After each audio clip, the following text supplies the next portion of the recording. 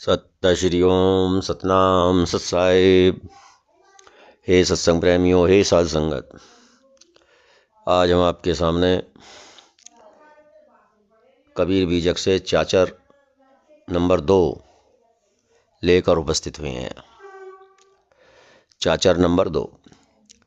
जारो जग का नेहरा मन बोरा हो, जामे सोग संताप समुझी मन बोरा हो।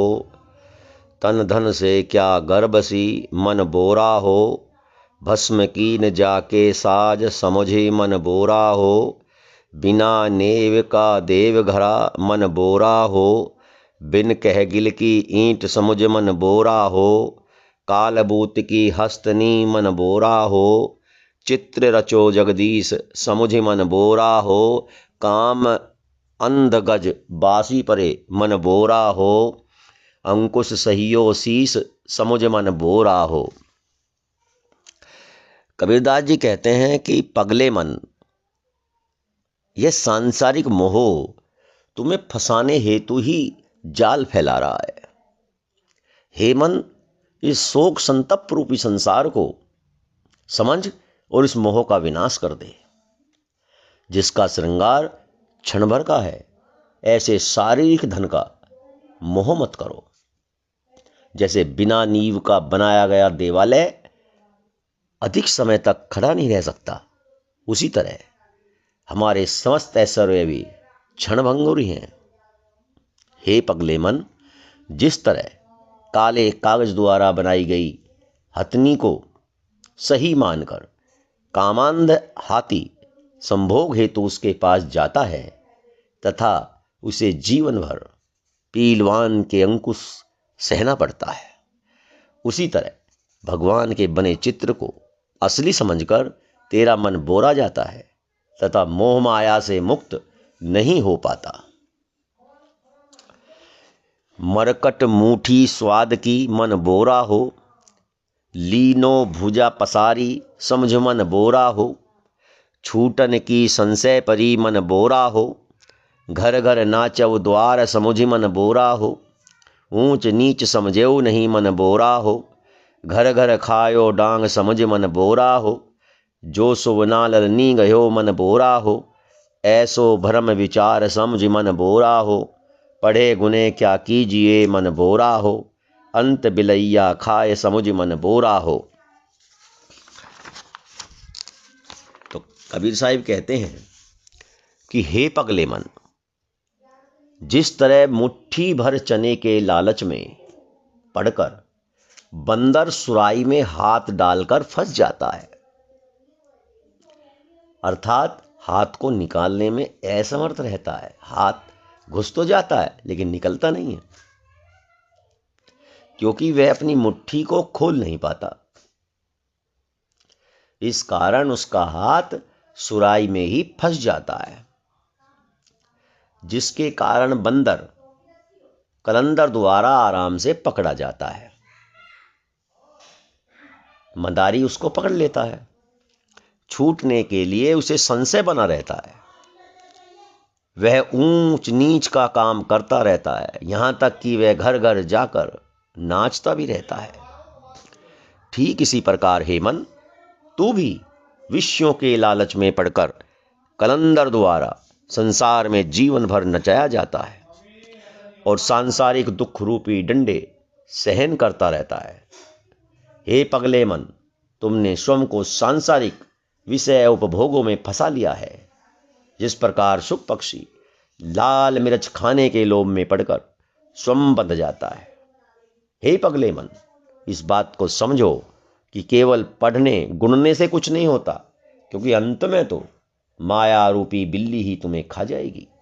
हे मन, तू इस बात को समझने का प्रयत्न कर। सूने घर का पाहुना मन बोरा हो, जो आवे तो जाए समुझ मन बोरा हो। नहाने को तीर्थ घना मन बोरा हो, पुजबे को बहुदेव समुझ मन बोरा हो। बिनु पानी नर बूढ़ही मन बोरा हो, तुम टेकऊ राम जहाज समझ मन बोरा हो। कहे कबीर जग भरमिया मन बोरा हो, तुम छाड़ो हरि की सेव समझ मन बोरा हो। कबीर साहिब बहुत ही अच्छे ढंग से जागरूक करने का प्रयास कर रहे हैं और कह रहे हैं कि हे पगले मन, मन बोरा हो। हे पगले मन, जिस तरह सूने घर में आया हुआ मेहमान भूखा प्यासा लौट जाता है। घर सूना है, घर में कोई नहीं है, मेहमान आएगा तो क्या खाएगा, कौन खिलाएगा, कहाँ से खाएगा, बेचारा भूखा प्यासा लौट जाता है। उसी प्रकार मानव संसार में अकेला आता है और अतृप्त ही लौट जाता है, क्योंकि संसार में आने के बाद मन की इच्छाएं, तृष्णा, वासना पूर्ण नहीं होती, तो वह तृप्ति है, तृप्ति रह जाता है और एक दिन मृत्यु को प्राप्त हो जाता है। तो यह उसका जीवन निष्फल माना जाता है। जीवन का फल तो तभी है तब हमने इस संसार के आवागमन से मुक्ति पाली हो, हम शांत हो गए हो, तभी से फलवान माना जाएगा, नहीं तो निष्फल है। हे पगले मन, तुमने स्नान हेतु नदियां और तीर्थ जो स्थापित कर लिए हैं और पूजने के लिए अनेक देवताओं को अपना लिया है। कबीर साहिब कहते हैं कि तीर्थ, स्नान